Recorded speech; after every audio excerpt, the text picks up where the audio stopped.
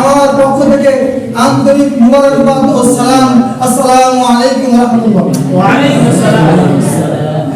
সম্মানিত উপস্থিতি, আজকের ছাত্র সেমিনারের পক্ষ থেকে আমাকে দেওয়া হয়েছে মুসলিম জাতির অধঃপতনের কারণ এবং তার প্রতিকার। তো আমরা এই বিষয়টাকে দুই ভাগে ভাগ করতে পারি।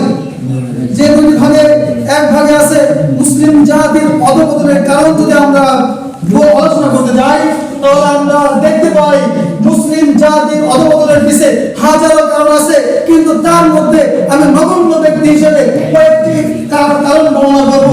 তার মধ্যে এক নম্বর কারণ আছে আজ আমরা আল্লাহর দ্বীনের পথ থেকে সরে গেছি বিধায় আমাদের আজ এই দুর্দশা। আল্লাহ যে বিষয়ে আমাদেরকে আদিষ্ট করেছেন যে কোথায় বলতে হলে দ্বীন কায়েমের জন্য যে জিনিসটা আমাদের বড় হাতিয়ার, সেই প্রথমটা হচ্ছে ঈমান এবং দ্বিতীয়টা হচ্ছে জিহাদ। আজ আমরা জিহাদ থেকে সরে গেছি বিধায় আমাদের আজ এই পরিণতি।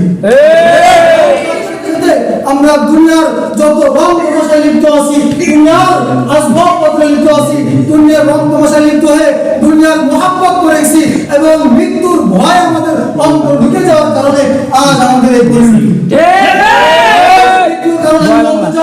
দ্বিতীয় কারণ আমি বলতে চাই আজ আমাদের মুসলিম জাতির মধ্যে ঐক্যের অভাব। আজ আমাদের মুসলিম জাতি ঐক্য নেই বিধায় আজ মুসলিমরা, আজ খ্রিস্টানরা, ইহুদি খ্রিস্টানদের দালালরা আমাদের প্রতি চড়াও হয়ে যায়। যদি আমাদের মধ্যে ঐক্য থাকতো তাহলে মুসলিম চর্চা সম্ভব হতো না। আজ আমাদের ঐক্যের প্রয়োজন। এবং আসি, আমি সংক্ষিপ্ততার কথা বলতে চাইছিলাম, এবং আসি আমরা এই বিষয় থেকে মুসলিম জাতির অধঃপতন থেকে আমরা কিভাবে পরিত্রাণ পেতে পারি তার দুটি উদাহরণ বলি। সেটা আমি প্রথম বলবো, আমরা সর্বপ্রথমে আল্লাহর আইন দুনিয়ায় বাস্তবায়ন করার জন্য যা কিছু প্রয়োজন জিহাদ করতে হবে, প্রয়োজনে যা করার প্রয়োজন তাই করতে হবে, কিন্তু কোনো সময়ের জন্য বাতিলের সামনে মাথা নত করা যাবে না। এবং আমাদের দায়িত্ব হলো যদি আমাদের সবাই জিহাদের প্রয়োজন নদী বা জিহাদে করতে আমাদের সমস্যা হচ্ছে বিভিন্ন ঝামেলার কারণে আমরা জিহাদ না করতে পারলে জিহাদের যত সরঞ্জাম আছে, জিহাদের যত প্রস্তুতি আছে, সেই প্রস্তুতি আমাদের নেওয়া দরকার।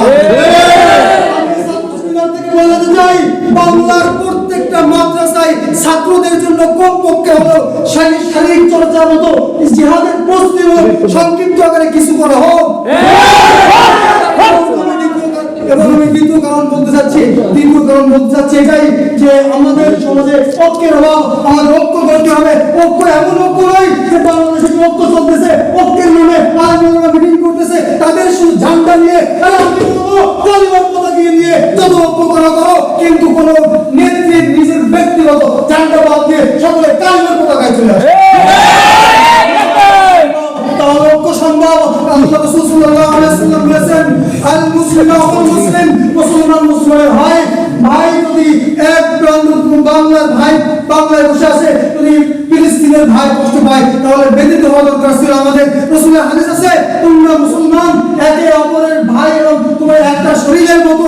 যদি একটা শরীরে আঘাত লাগে তাহলে পুরো শরীর ব্যথায় জর্জরিত হয়ে যায়। তেমনি ভাবে বাংলা না শুধু সারা বিশ্বের যেখানে যত মুসলিম আছে, যত মুসলিম আঘাত ফিলিস্তিনের শিশুদের যত নির্যাতন হচ্ছে সেখানে আমাদের ব্যথা লাগা দরকার।